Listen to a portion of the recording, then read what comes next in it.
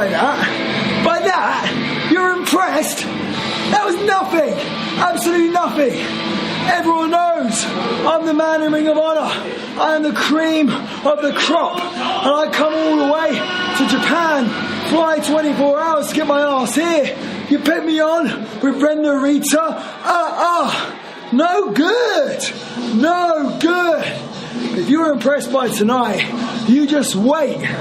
You just wait to see what the villain has in store for tomorrow.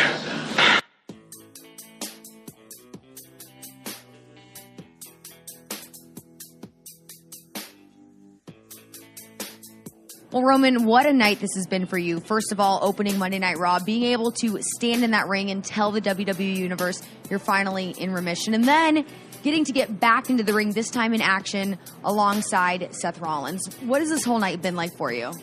This night's been incredible. I feel like I sat around and thought about how this would go for a long time, what I would say, and to be honest, I was so nervous and I was so choked up and just so emotional at the time that I just hope it came off well, and I hope that everybody knows exactly how grateful I am. And the second half of the night was cool because I felt like we were able to show them through action that I exactly how much better I'm doing. So hopefully after seeing me go through some physicality and kick some ass, hopefully they can tell that yeah, he is much better. He's doing better. He's looking better. He's moving better. So hopefully, just snowball effect, and people will stop worrying about me, and we'll just deflect all this beautiful energy that's been sent to me and just use it to help others. What's it like for you to talk to the WWE Universe and really just feel how touched they are to have you back, and really how emotional they were all getting seeing you back inside that ring earlier? It was awesome, and you've heard it and seen it with me. I'm a bit of a polarizing character at times, and just to see everybody put away their opinion and their critiques and just put love behind, what they were sending to me, it was awesome, and I'll never forget it. And I'll always feel like that's my family out there. The way they supported me, the way that they had my back, it was like, we can pick on this guy sometimes, but nobody else can, including cancer. So it was really nice to see everybody rally behind me, and then to kind of crescendo it tonight, that was the cherry on top. You look great. Everything about tonight has been nothing short of perfection on your end. But was there ever a moment on this journey where you didn't think you were going to get back to this point? I always had faith. I was scared, like I said out there. I was terrified of this because you just never know. You know what I mean? I'm not a doctor. I'm not a scientist. I'm in God's hands at that point, hoping that, my medical team can make things happen, and they did. But I always had faith. I always knew. I just didn't know when. I've never had, a situation like this to this extent, to where my body really felt it. I was a much younger man the first time, 22 years old, just spring chicken. I've been on the road now for almost 7 years. So I could tell that the energy drop was totally different, but to be able to bounce back, it was just completely godsend. I'm just I'm ecstatic about it. It doesn't even feel real at this point. You know what I mean? Feels like I might be going to Disney World or something. So it's been really cool. Well, I know it might be a little too early to ask, but when you plan on picking that Universal Championship back up? I feel like I got a long ways to go, and right now it's not really about the titles. It's just about being in the ring, being with my fans, entertaining them, supporting this company, and just being a part of the show. That's what I miss the most, is just being back here, being with everybody, the camaraderie. I've spent a lot of time building these relationships, and I just want to see them through, and I want to see it all the way to the end. Well, Roman, welcome back. Everyone's happy to have you. Thanks.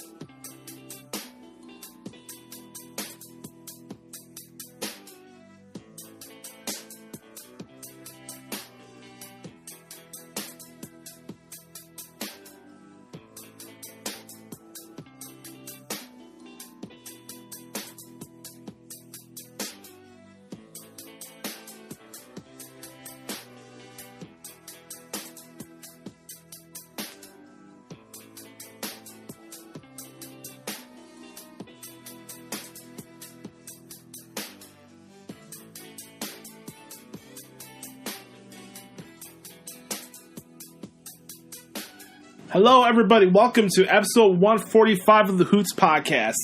It's yours truly, Josh Lopez. Starting off the early portions of this podcast by myself, you'll hear the velveteen tones of the one and only Adam Daley. Later on, the podcast Adam's going through some busy stuff that he has to get to, so we had to record a little earlier conversation where we broke down everything that was going on with Raw and SmackDown this week from Atlanta. Big WWE weekend over this past week. A really good week of Raw and SmackDown. Talked about Batista. Talked about Kevin Owens coming back and replacing Kofi Kingston at Fastlane.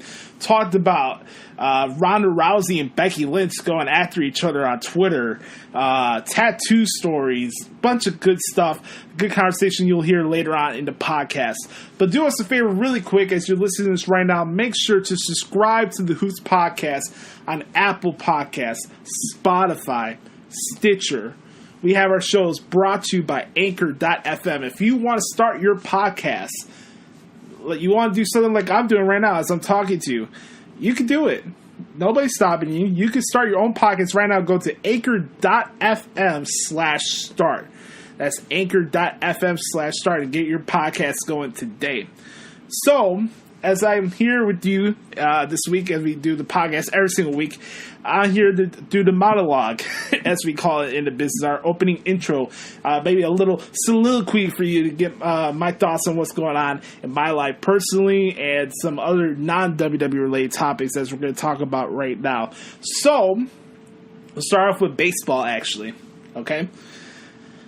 Before we recorded the podcast today, I found out that Bryce Harper signed a 13-year, $333 million contract to the Philadelphia Phillies. Shout out to the good brother Anthony DiStefano and every fan of the city of Philadelphia, even though I think your city is trash. Hashtag Philly is trash and will remain trash as far as life goes on, at least for me personally. But shout out to the good brother. I'm happy for him. He's a big Phillies fan. I'm just joking around. But Bryce Harper exceeded Manny Machado's contract as everybody was expecting it to happen. And, 13 years for one team, $333 million. To think about it, it's really a big commitment. You know, Phillies are in the middle of a rebuild, and they brought in a lot of people this offseason, like JT Realmuto from the Marlins.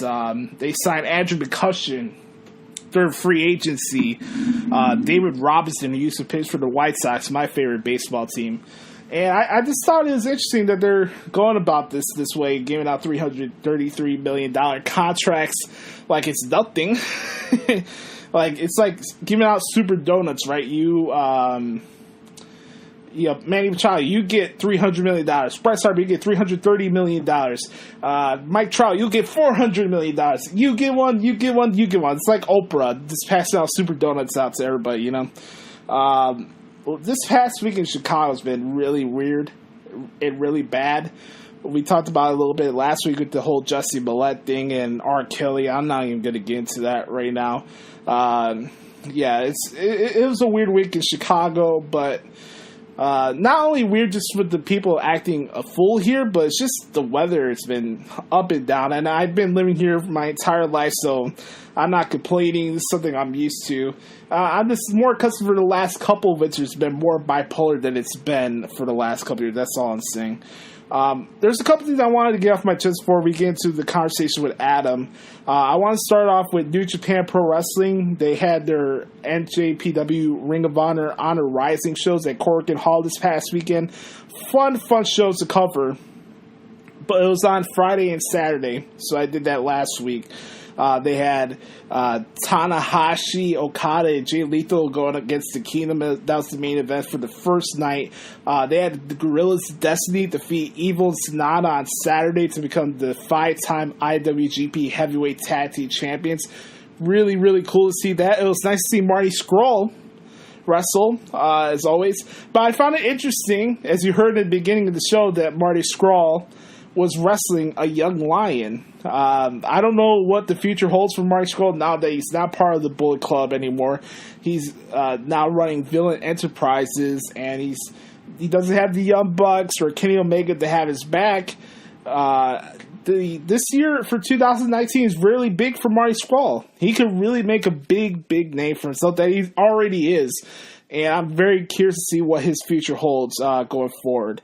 Other stuff that stood out to me from the Honor Rising shows, I really enjoyed the Will Ospreay Dalton Castle match, and also their follow-up tag team match they had with Jeff Cobb and Hiroki Goto. That was a really good tag team match. Nice to see Colt Cabana make his New Japan Pro Wrestling debut. That was always nice. Colt Cabana's always been one of my favorite wrestlers. Being a local Chicago product, I have certain bias towards Colt, of course, but we'll leave it there. So it was nice to see Colt Cabana wrestle there. And it was just a fun show overall, you know. Both Honor Rising shows, Friday and Saturday, were really good. I thought it was better than last year's offering, but anytime New Japan and Ring of Honor mix it up with each other, it's cool. I enjoy covering their matches. I enjoy watching and covering their shows.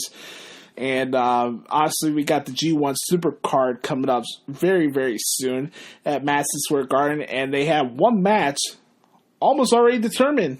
The Briscoes against the Guerrillas of Destiny at MSG. Winner takes all, title for title. Both Ring of Honor and IWGP Heavyweight Tag Team titles will be on the line. The Briscoes against the Guerrillas of Destiny. That's going to be a barn burner, baby! And they also said the main event of the G1 Supercard is the winner of the 2019 New Japan Cup, which yours truly will be covering again this year on ProWrestlingTranscriptions.com. So keep on the lookout on the website. I am covering the New Japan Cup again, and I'm very, very excited to do so. It's going to be a lot of fun. I had a good time covering it last year. There's some really, really interesting matches that I'm going to bring up to you right now, so I'm pulling up the reference sheet I made for the website. The 2019 New Japan Cup. It's a good time to talk about this right now because obviously Adam was really busy earlier and he didn't have the opportunity to talk about everything that we need to talk about the week of wrestling. So here's my opportunity, folks. So we got the brackets out already, so we know who's fighting who, but here's like some of the interesting match lines that we have. So, for example, on the Friday, we have Nagata against Ishii.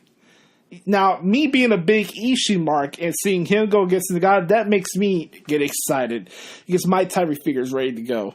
Other standout matches. Hey, Okada versus Michael Elgin in the first round. Will Ospreay against Bad Luck Fale. How about this match on March 10th, the day of Fastlane? Look at this lineup.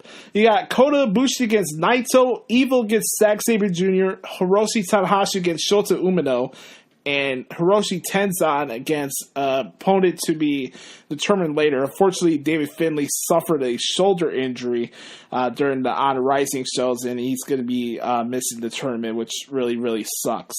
Monday, March 11th, has Makabe against Colt Cabana. Excited for that match.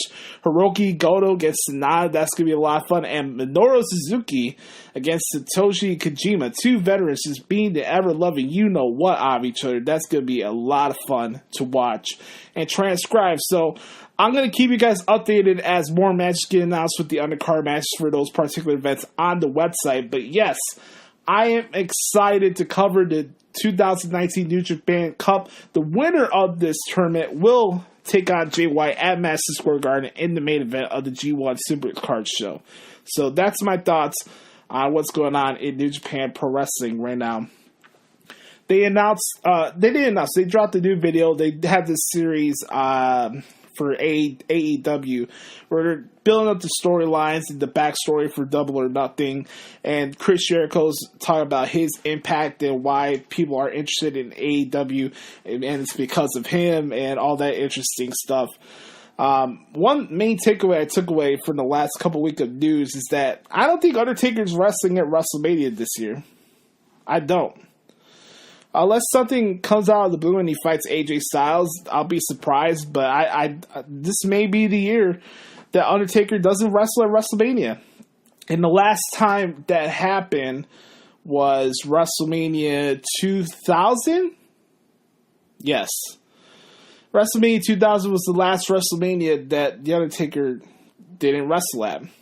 So we'll see what happens. in the coming weeks. Congrats to DX and the Honky Tonk Man, the first 2 entries for this year's class of the WWE Hall of Fame. Speaking of wrestling in WWE, I want to send a special shout out to Sky Sports, who are doing a wonderful contest on Twitter where they'll pick a random Twitter account, and 2 people will get the opportunity to travel to New York for WrestleMania weekend and get tickets to access the Hall of Fame, NXT TakeOver New York, and WrestleMania 35, and $500 in hotel spending money. I nominated myself and, of course, the good brother Adam, obviously, for us to get the trip. So, wish us luck. I hope it would really, really work out with us, because I really do want to go to New York and see some of my good friends out there. And I haven't been to New York in a very, very long time.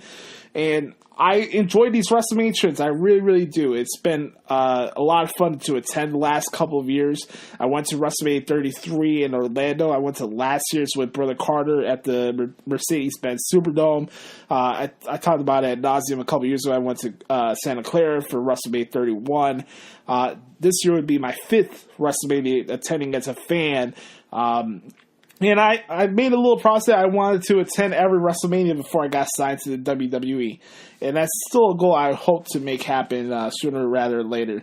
But before we get to the conversation with Adam, there's something wrestling related that I wanted to talk about. And I touched on this a little bit on my IG story.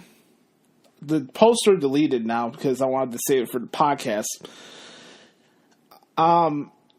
You know, in the past we talked about, my perspective on a lot of wrestling fans just being negative for negative stakes, and I realize it's more of a reality of the fact that us as a society, we're too reactionary to certain things about life. Anything that happens that comes in front of our face, we need the instant reaction, and if it's something that doesn't fit our reality, we need to question it and understand why. Why is this happening? Why is that happening? Why is this? How this could have been done differently? Yada, yada, yada. And a lot of that mindset stems from what happened at 9/11. A lot of people were led astray for that whole situation, for the original 9/11 attacks. A lot of people have made conspiracy theories out of the whole situation, where if that's a work, I kind of subscribe to that theory, as well as I did a project on 9/11 in high school. But we're not here to talk about 9/11. Here we're talking about wrestling. Basically, my issue is that we're too reactionary to things going on. For example, anytime there's a wrestling show going on Monday nights and Tuesday nights, it's usually a 3-hour or 2-hour bitchy contest of reactionary, of giving your instant hot takes on every segment of every episode of Raw and SmackDown each week. And I think the more the weeks go by, the more we lose perspective and context of what's going on with these feuds, because we want to get our hot takes out there and assuming what angles are and what's not, instead of actually letting the story play out. And, that's the reason why we have these episodes every single week. And as a guy who's done podcasting for the last 6 years,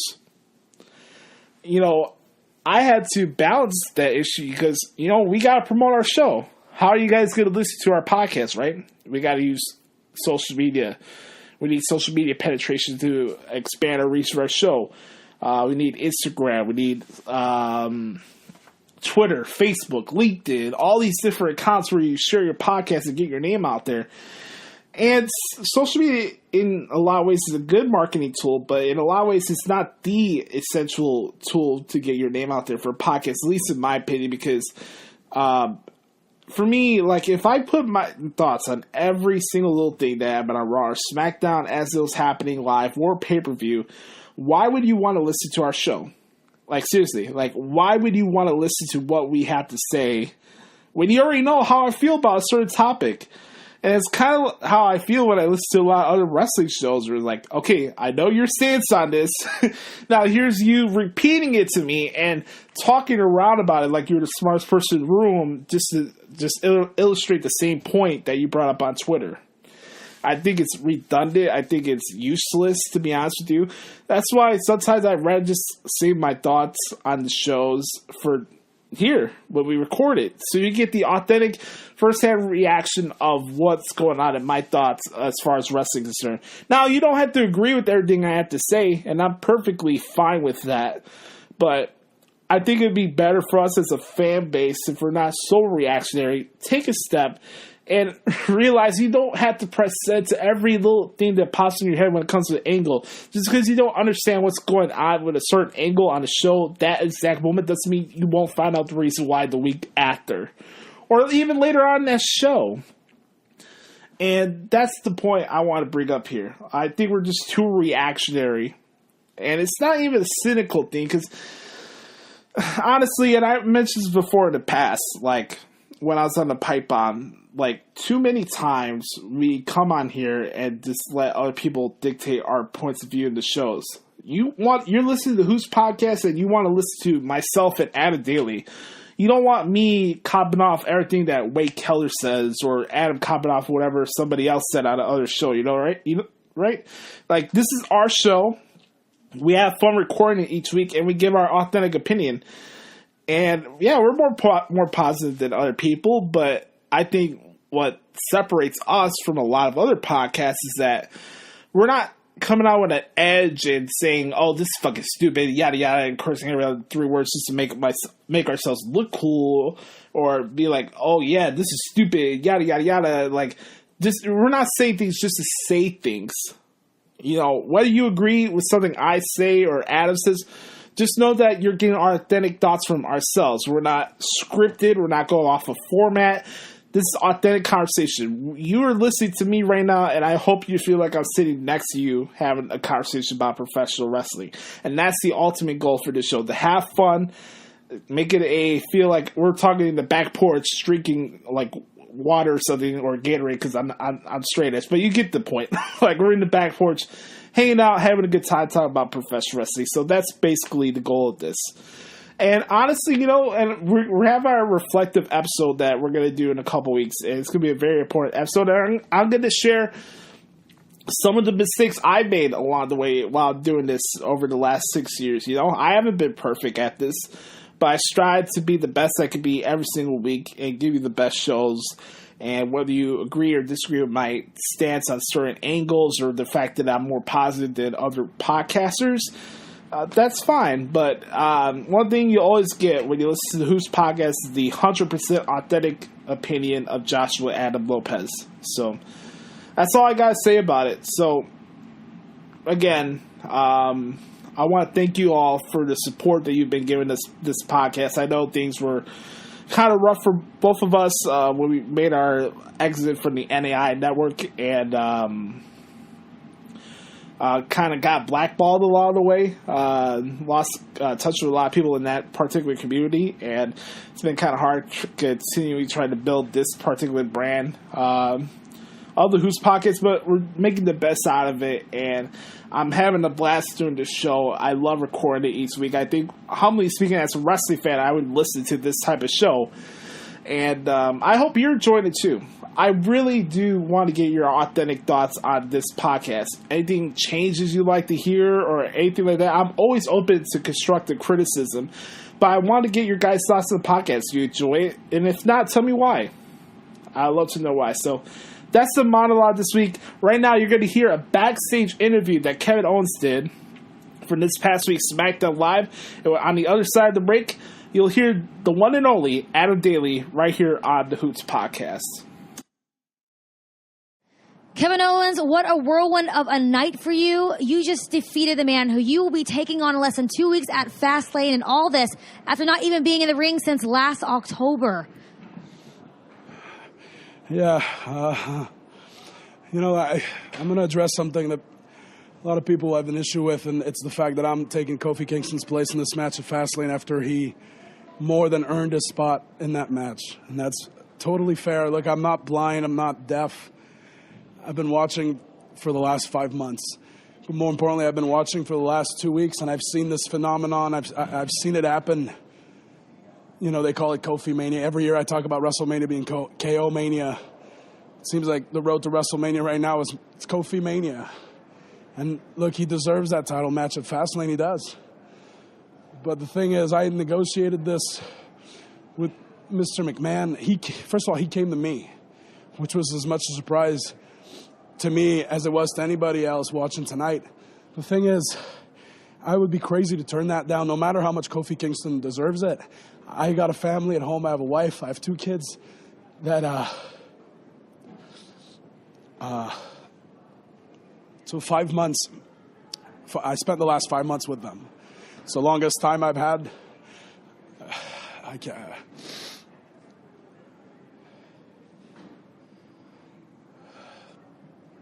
Anyway, look, I spent the last 5 months with them. I'm not going to, I recovered from my surgeries. I recovered from my knee injuries, but it's very hard to leave my house when they're there. I've been there every day for the last 5 months for the first time since, my kids have been born. So I wouldn't leave my house if it wasn't for something that's worth it. And, of course, WWE is worth it. What I do every single night when I'm in the ring is worth it. But that title opportunity is the icing on the cake. And I'd be crazy not to take it. So as much as I respect Kofi Kingston, I'm taking that title at Fastlane. And I don't care who's got a problem with it, because I'm bringing it back to my kids and my wife. And I'm sure Kofi will get an opportunity down the line, and he'll be able to do the same eventually.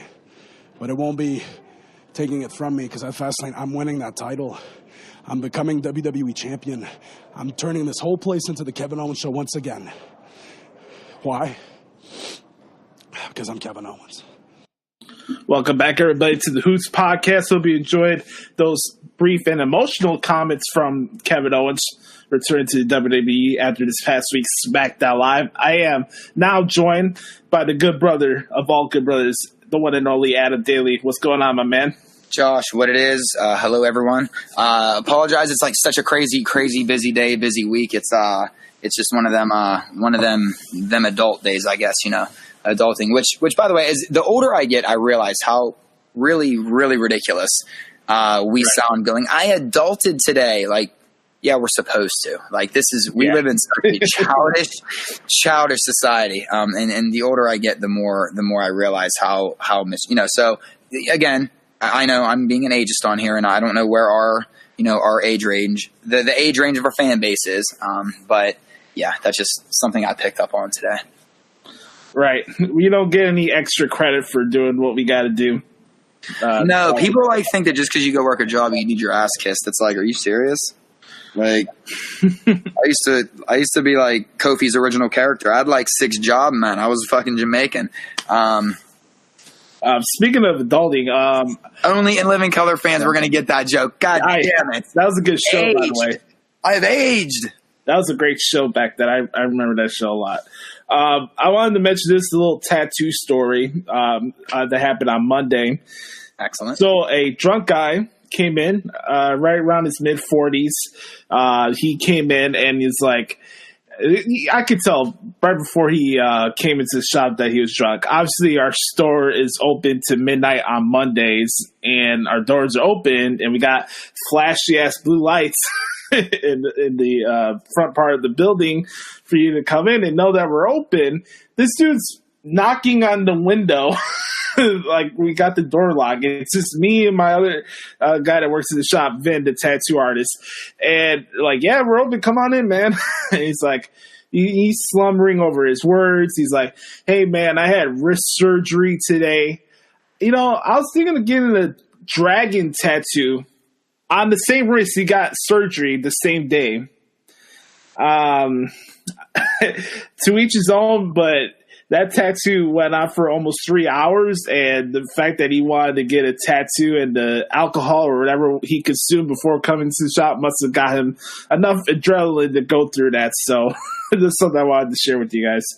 I don't know why would I want to get a tattoo after surgery, especially on the same part of your injury. I don't know. Well, you know what I mean? Sometimes people, like, I don't know. I actually, it's weird because I can see it in a way. I understand it. Yes, we do ridiculous things as humans, but I do, I guess I could see it. I could see it. For me, it would honestly depend on what it was. And I know now it sounds like I'm being just like a tattoo, like a prick about it, but it would depend on like what it was, how it was done, and like what they were really expecting out of it. I don't know. And that makes me sound like like a snob, but and it's not a thing with me where I want to judge guys. Just like, I don't know why I would want to get a tattoo after surgery. Like, I can understand you want to get the date of your kids when they're born, or like, I know the Riot Squad talking about they got tattoos in the back of their neck for when they debut. AJ did that when she won the Divas title here. I think, that Payback show, she had the tattoo. It was what, June 13th? That was the 16th. Yeah, it's Father's Day. I remember that show. So I get a lot of wackos. Some people think they could mess around with the prices. I said this before because who our current presidents right now, they think they could dictate tattoo prices. But well, you know what's funny though, Josh, is like most, like all the stories behind a lot of my tattoos. Every tattoo has a story. It should have a story. If it doesn't have a story, then you really didn't want to get that tattoo. This guy didn't have a story the other night, but go ahead. I was going to say, but people will probably think some of mine are ridiculous. So, I do have a quarter sleeve that's like dedicated to the Van Tool. So, that's, some people would probably, and there is, there's meaning and differences behind it and different things behind it. Right. A lot of people would roll their eyes at that very heavily, and probably with good reason. No logos or anything, just imagery from different albums and stuff like that. All right, really quick, I want to mention this because we have a lot to get to for this week of WWE. I wanted to talk about, of course, we got Fastlane coming up a week from this Sunday. I wanted to mention this really quick.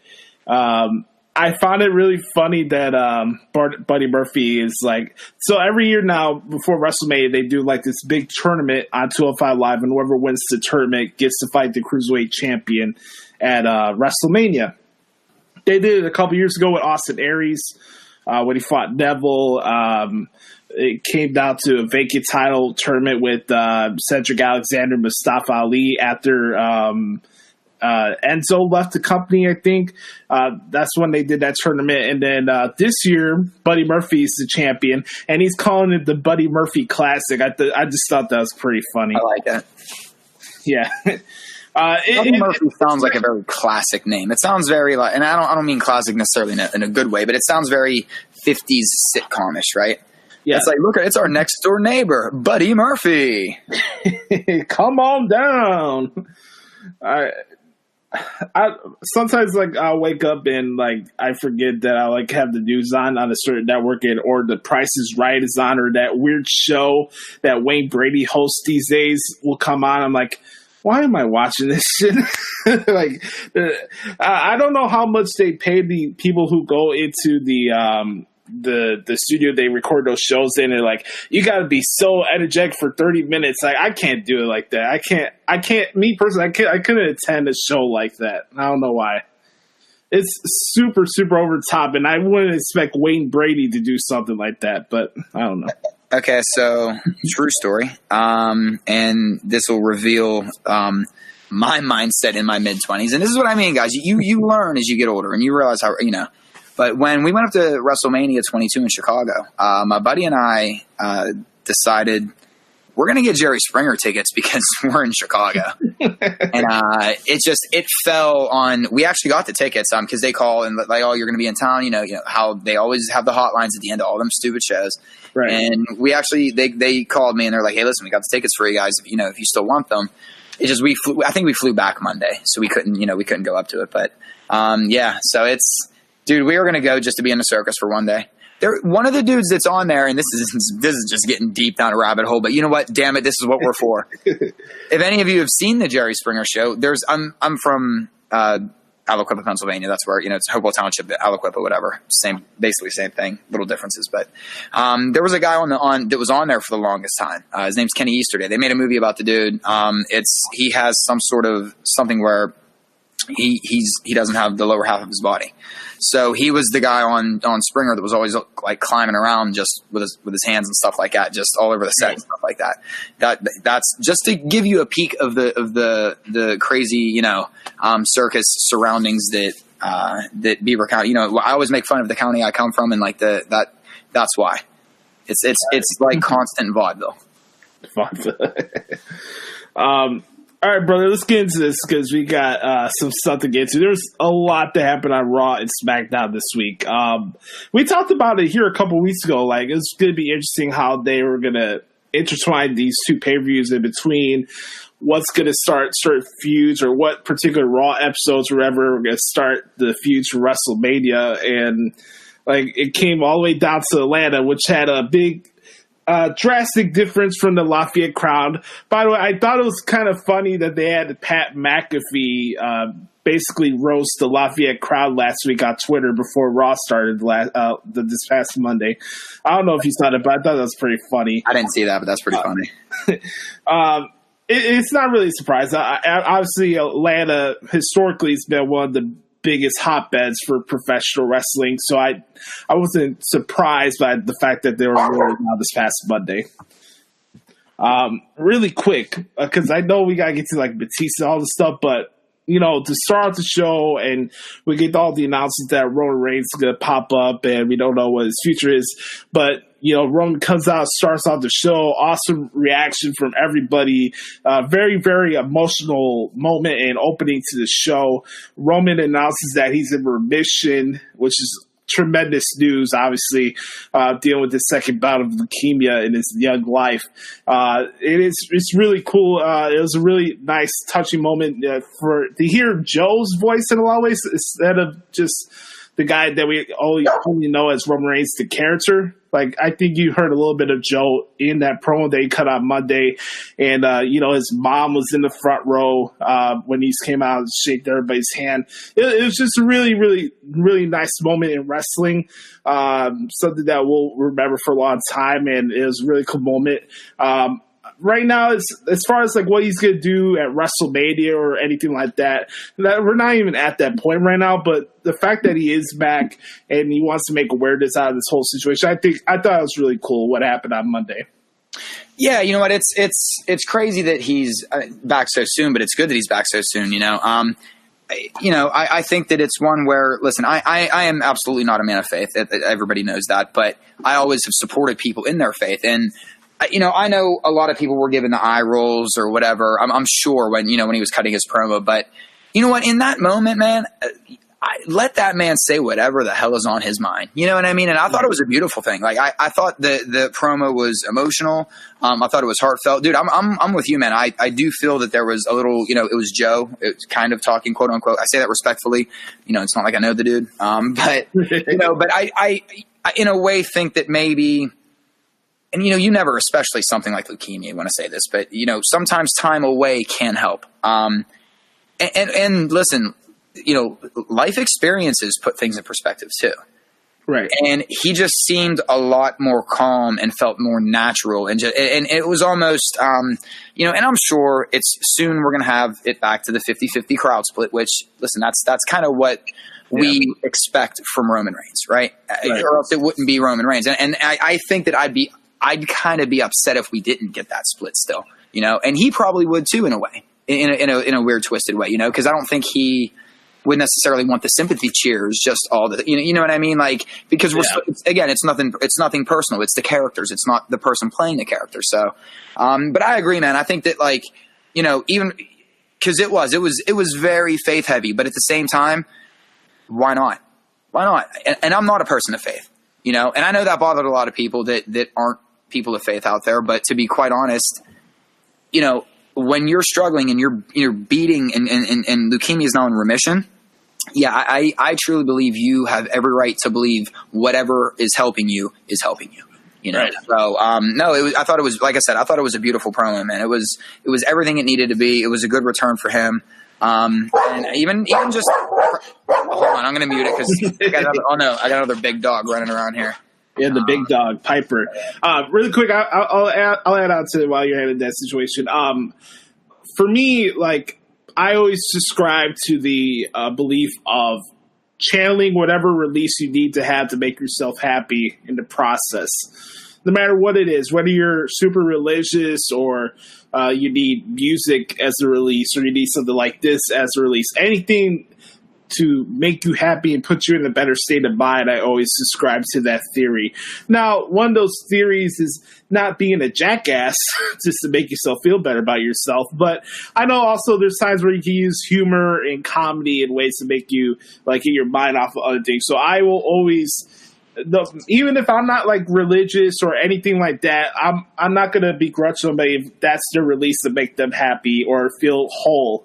In general. Yeah, no, listen, I always tell people like it's a very real thing. Like I don't try to disprove people's faith. Like it's absolutely 100% real. You know what I mean?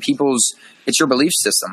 And when you can speak as what's the best way of putting this? Sometimes people do shove it in your face a little bit too much, right? Yeah. He wasn't speaking that way. He was just telling a story about what got him through, and that's where I thought it was like where it was the beauty of it, man. You know, just like there's idiots that like to shove that they like they're anti-religious shit down your throat too. Yeah. I mean, like no matter, I'm so out of all of that. I just would rather just, you know, wars are there's a lot of wars because of, things like that. So I stay out of it. But there's still a lot of stupidity out there. I heard what Dave Meltzer had to say the other day, and like, it wasn't the process of his leukemia wasn't explained well enough for him, and just stupid nonsense. Like that. No, I mean, like with all due respect, it's nobody's business, but Joe and I'm sorry, I'm not. Joe and why? Yeah, and I'm sorry, it's no one's business but Roman Reigns. Period. Right. I was already expecting people to start with it was a work the whole time bullshit. That's fucking stupid. I'm sorry. Dude, but you expect it now, man. That's the shame of it.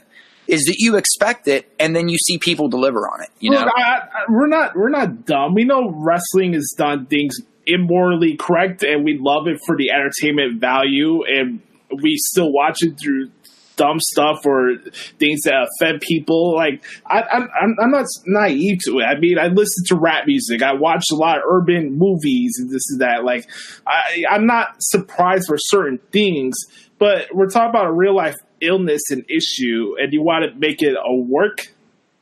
Yeah, this isn't. It's ironic. Roman's back now because they need another big star before WrestleMania arrives. Like, come on. I just don't. I don't listen. I'm a big believer in you don't play with what you don't know. So, for example, listen, turn in Sergeant Slaughter into Saudi Slaughter or whatever was going on. That's one thing. You're not pretending he has cancer. You know what I mean? Like you don't. I would never. You don't. You just don't do that. You don't do that as a publicly traded company. Period. And there you go. Thank you. That's the second layer of it. I mean, there's a moral layer because listen, karma's a motherfucker, and but on the second layer is absolutely thank you. It's they're a corporately owned company. And why would it's just, I don't know, certain things I do think are a little off limits. This isn't, I understand in movies that, they tell stories like this, but we also know that's much different than their target audience and whom they know their target audience mainly is, Right. There was really nice irony from a storytelling standpoint when Seth Rollins and Roman came down to beat up this new beatdown clan. That's what I'm calling it. Bobby Lashley had a similar group like this in TNA a couple years ago. It's just like, you got Lashley, McIntyre, Elias, and Baron Corbin. All of these dudes have had issues one way or another with the Shield or Braun Strowman. Mm-hmm. So I just thought it was some nice irony, the fact that they actually were brought with each other. Roman and Seth clean house. They look back at Dean while Dean's recovering from his injuries. We know the story about Dean leaving the company in a couple of weeks. I just thought it was some interesting irony from that storytelling point of view. These guys, all 8 of them, have been feuding with each other one way or another for the last 2 years. Yeah, and you know what? I will like whatever you want to call them, as long as we don't call them any type of clan. I would prefer to stay away from that. But no, listen. I liked what they did. I don't know. It's just I'll admit it's after that big opening, it was hard to really know what to do with the rest of the night. Plus, with Flair's birthday at the end of the night, and they were kind of shoving a lot in one show. So we were kind of getting surprised all over the place. Even like it carried over into SmackDown too with some of the surprises we had there. But there's a lot going on right now, and it's keeping people on their toes, which is always a good thing. Right. Not all the matches for WrestleMania are determined right now, and that's kind of the fun part of the journey right now to see where things go for WrestleMania. Obviously, Fastlane's coming up a week from Sunday, and we'll see what goes on from there. Bruce Pritchard is back in the company, I heard, so congrats to Bruce. He's back on a creative team, so we'll see what he brings to the table. I wanted to say this, other stuff that stood out to me from Raw. Really, really enjoyed the Riot Squad match with Ronda Rousey and Natalya on Monday. Before Becky Lynch came out with her Kill Bill outfit. I love it. Yes. Love it so much. Yeah, Kill Bill got arrested. Flash, except. Yeah, she got arrested, and then, her and Rousey are trading more barbs at each other on Twitter, which is getting more and more personal and more intense. It's been some good stuff.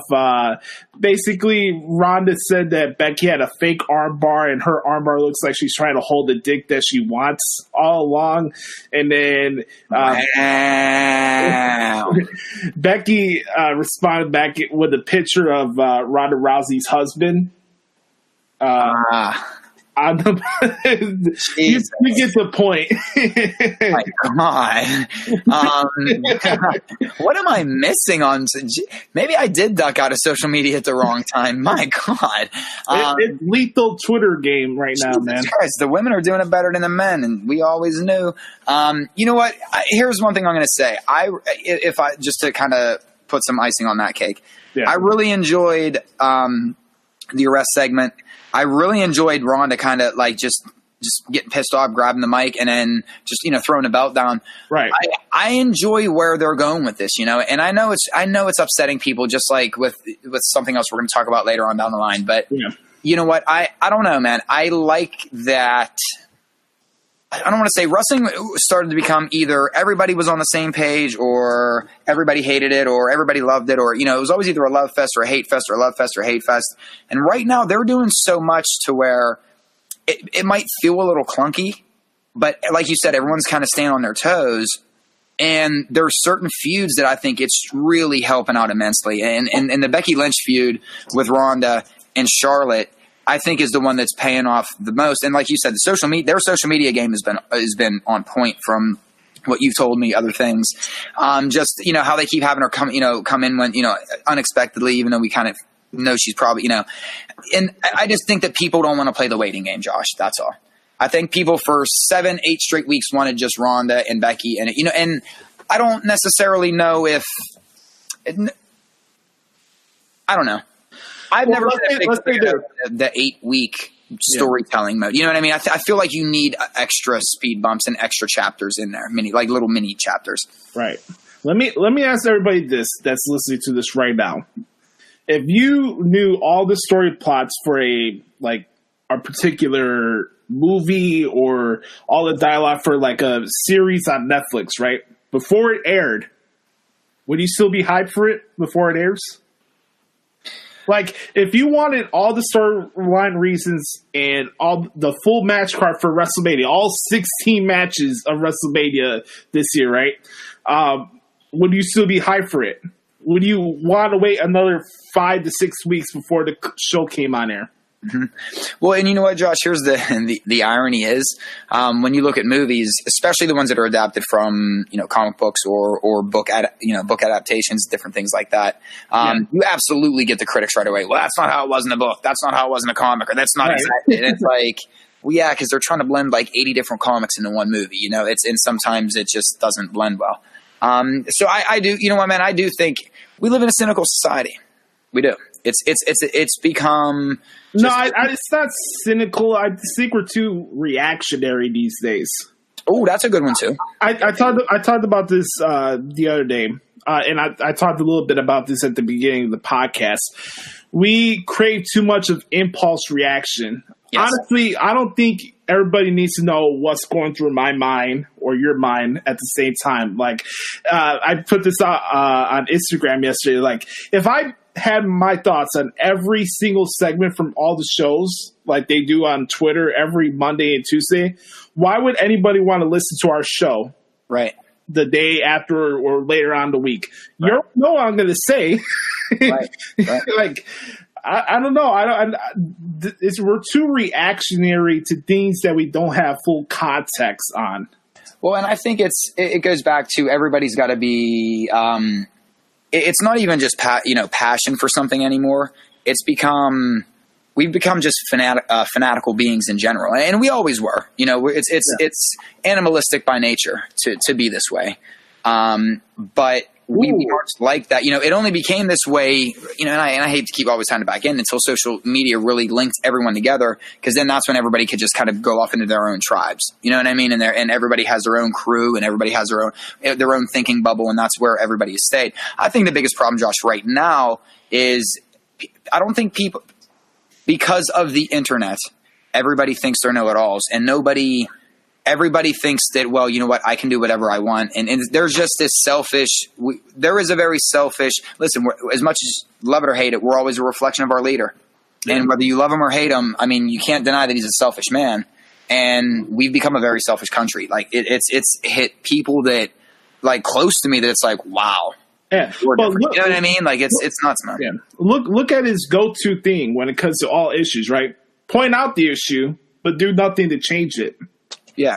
No, it's easy to point out things that you want to be changed, but what are you going to do about it? And I think the problem, Josh, is that, it's become like we're not going to beat this horse anymore, but because of social media, again, everyone always has their high horse about it. Like I said, like if like Dave Meltzer has to like if he feels for some reason, and he's doing it just to stir up conversations so that we talk about him, and people have to go look at how he looks once again like he's the second step on the evolution of man chart. But it's just ridiculous to think that anybody right now can say anything, do anything, and even. I don't know. There is this, and I'll admit I do believe, and younger listeners, I apologize. I think you guys really do. Like, I never really thought this until about the past year or so, but there is a little toughening up that this country needs to do. There is like, I'm not gonna like sit here like snowflake like that type of bullshit, but there's a lot of really, really, really immature. Like just again, selfish. That's what happens when it's once society becomes selfish, though. Like it was in the 80s, and it was more self-serving than anything else. That's when irresponsibility kicks in, And I think that's where ego also kicks in, and that's why, Josh, we're tying this into wrestling, talking about the wrestling card. So, I actually don't think it matters anymore. I think you could give them we could give fans the best WrestleMania that they would ever have. I mean, you could like bring people back from the dead, have hologram Tupac perform, get like all kinds of shit going. People would still complain. You know what I mean? So it's just the way it is now, man. There's something that Vince McMahon's been saying the last couple of weeks that I think is very pertinent to what we're talking about right now. That's knowing your role and staying in your lane. Stay in your lane, baby.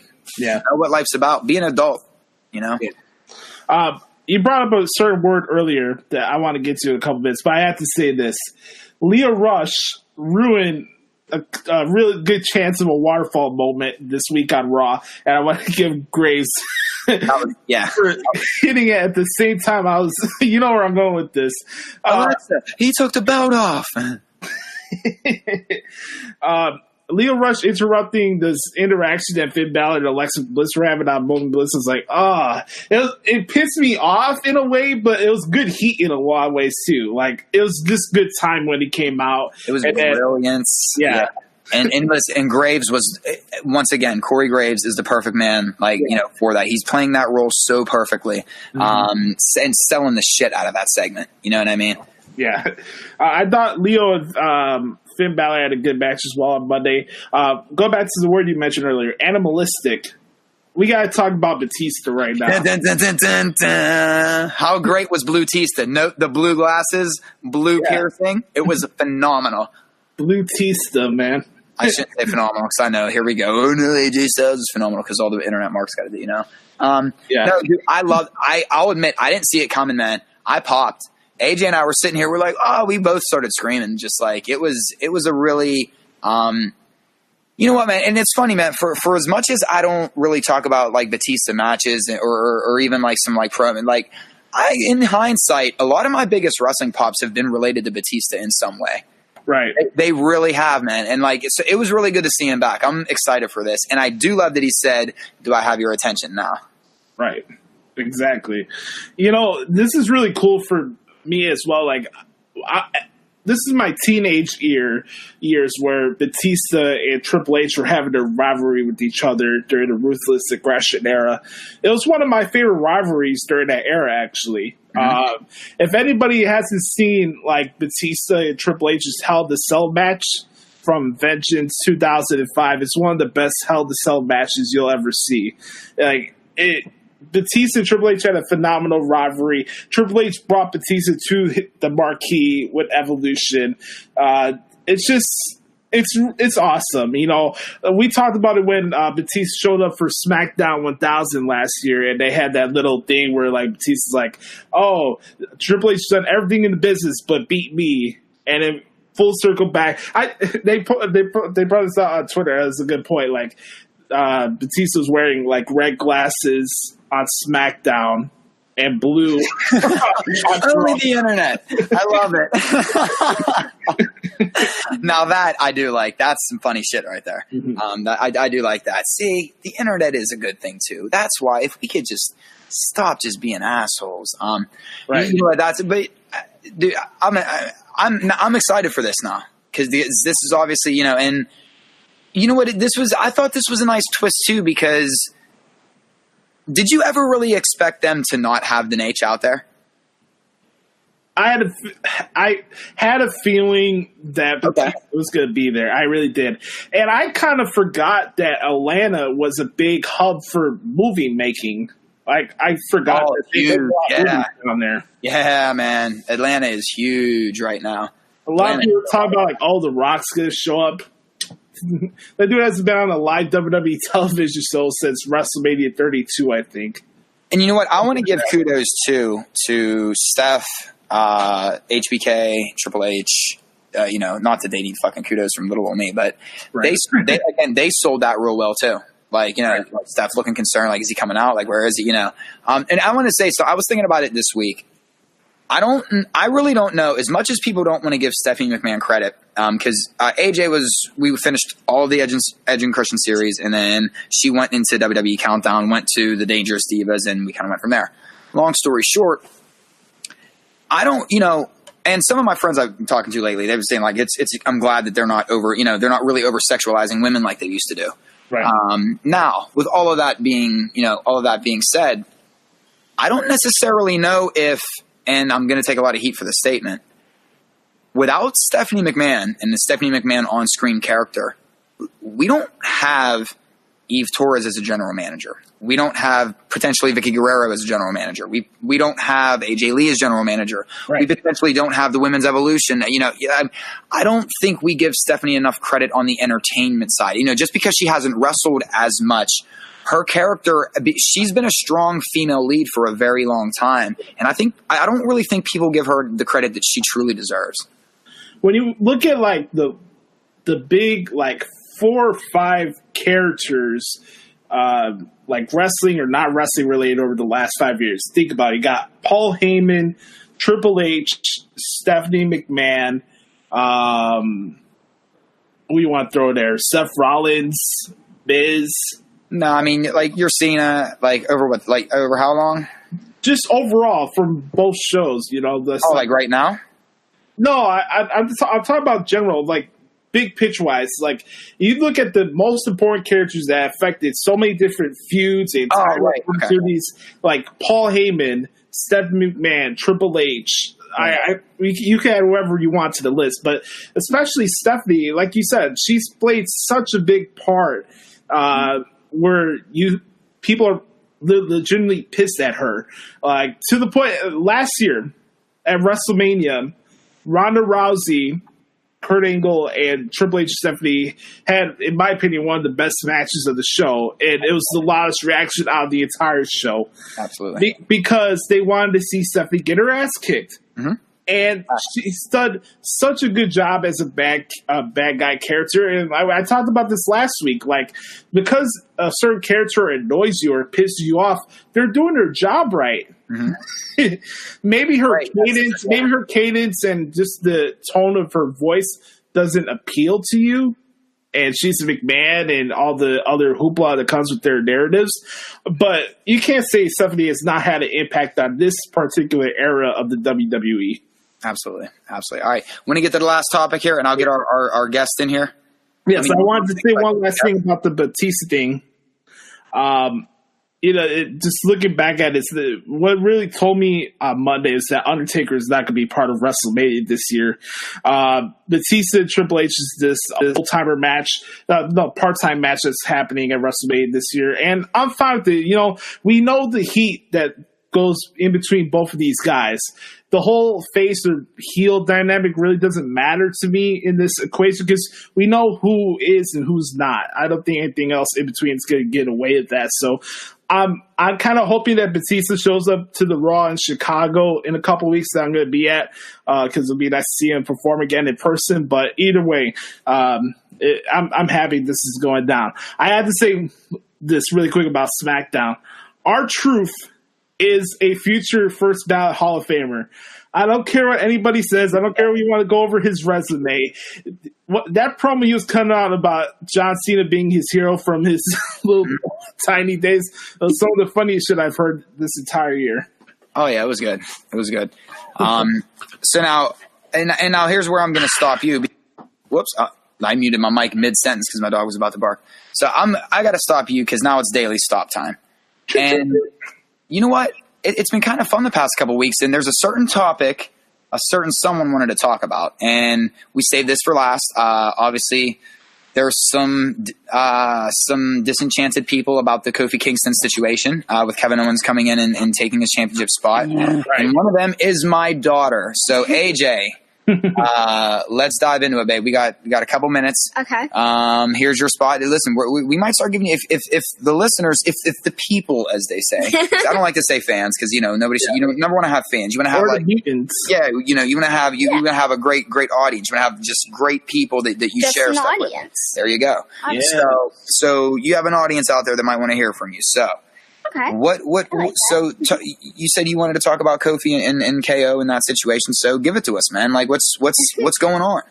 Well, what I wanted to talk about is that I liked how they brought Kevin Owens in like that, and I also kind of don't like it how they took away Kofi's chance on doing his own getting the Universal title or whatever that one or the is. WWE title, the WWE the recycled one. title, yeah, as we call it. Basically one of the bigger ones because he's never got to have one of those. I don't think so. You're correct on that. Yes, and I kind of want him to be able to get that, and so that it sucks in that way, but I also like how they brought Kevin Owens in. So you kind of liked you liked it, but you felt bad for Kofi. I loved it, but I hated it. You loved it, but you hated it. Ooh, so there's some balance in there. And that's exactly what they want you to do. They kind of want to get you on both sides of it. So, let me ask you this question.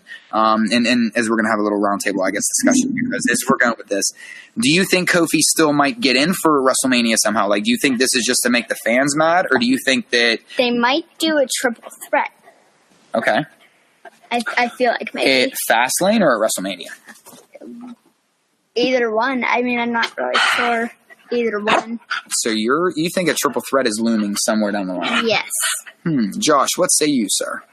I don't think that it's going to be a triple threat. Just me personally, I don't know why every year there's always a WWE title match that needs to have a triple threat.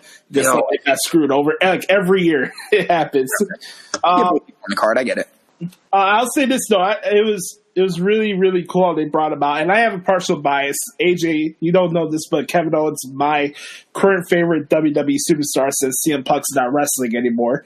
So I was happy that he came back and just how annoyed that Big E and Xavier Woods were. Yep. And I thought it was great. I thought, Byron Saxton did a really good job tapping into like the fans are like super disappointed that Kofi got his spot taken away from him. Did you notice that, Adam? Yeah. I thought everyone, and that's another segment where, again, team players, I think everybody did their job and sold this entire segment well. They sold it really well. And I popped for KO. I did. I think we all, quasi did. Daniel Bryan was great, just stoic as hell the entire time, But I do. I think that I actually do think that Kofi still gets into WrestleMania into that title match at WrestleMania. I think this is just to sway the fans for a second. Right. Think about it. We went from KofiMania to KOMania. Right. So we took the F and I out, obviously. Right. Now, go ahead. While we have our guest, let's ask her one more question. Go ahead. What did you think of Batista's return? I liked it. Did you? Yeah. But also, are you sure Flair didn't die of laughing gas? Joker's laughing gas? He was laughing. I think he was dead as well. I think he got sprayed with laughing gas. Yeah, well, he kind of had a smile on his face a little bit. But hey, He was laughing. Maybe when you're older, a grimace sometimes looks like a smile, I guess, Yeah, he was probably excited that he was going to be involved in another like physical angle while he's still around. You know what I mean? He was might have had too many Flair-tinis before. Yeah. It's crazy how many celebrities were at his actual birthday party over the weekend, dude. They had like Todd Gurley, Charles Barkley, all these different athletes. So Ric Flair is going to be remembered for a long time. Oh yeah. Yeah. Absolutely. All right. AJ, anything else you'd like to talk about as far as this week goes? I don't know. Becky getting arrested? Oh, yes, absolutely. Let us know. Let us hear it. I don't think Becky was actually put in jail. You don't think? No. What gave it away? Well, WWE just writes that they don't actually go to jail. Obviously. Just like whenever Stephanie McMahon went to jail, she didn't actually go to jail. She didn't? No way. That's all just writing and a script and all that. Obviously. Did you like it, though? Yes. Do you like when they do the arrest storylines? Yes. I also like how Ronda Rousey just dropped the title and Stephanie and Triple H did just not know what to do. They just didn't know what to do whatsoever. So everything the internet hates, you liked, it seems like. Yes. Okay, cool. Absolutely. That's what it sounds like. Awesome. Well, we thank you. We thank you. We're going to wrap it up, I think, on our end. So go ahead. Thank you. Say your goodbyes. Bye-bye. Hey, really quick, Adam, I wanted to mention this. You remember when Vince had the mugshot T-shirt? What's that? Remember when Vince had the mugshot T-shirt? Yeah, it was great. That was so good. Would you get one if they had the fake Becky mugshot?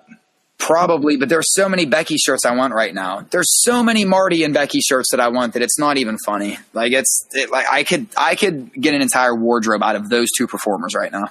Yeah. Well, speaking of Marty, seriously, Marty's got like 7 shirts I want, plus a jacket that's coming out that looks phenomenal. That dude is making a lot of money right now. Yep. Yes, he is. Speaking of Marty, I saw him wrestle the other day for New Japan. He fought a young lion for the opening match of the show, which I thought was interesting. And he cut a big promo about. I'm going to share the beginning of the show this week, where he's pissed that he's having to fight young lions on New Japan shows. So I thought it was pretty funny. But yeah, before we wrap this thing up really quick, I wanted to mention a couple things from SmackDown. It was really the week of returns. Me and you are big Matt Hardy fans, so it was nice to see him come out. Mm-hmm. He had his return on Tuesday, and they announced that was awesome. They announced Mandy Rose is going to fight Asuka at Fastlane for the SmackDown Women's title, so that's going to be really good. And lastly, before we head out of here, this week's podcast, wanted to ask you, just overall for the last couple of days from program, what was the main thing that stood out to you? What was your favorite moment of the week? Ah, man. You know what? Batista coming back I just wasn't expecting it, man. And that's the beauty of staying away from dirt sheets or the internet or,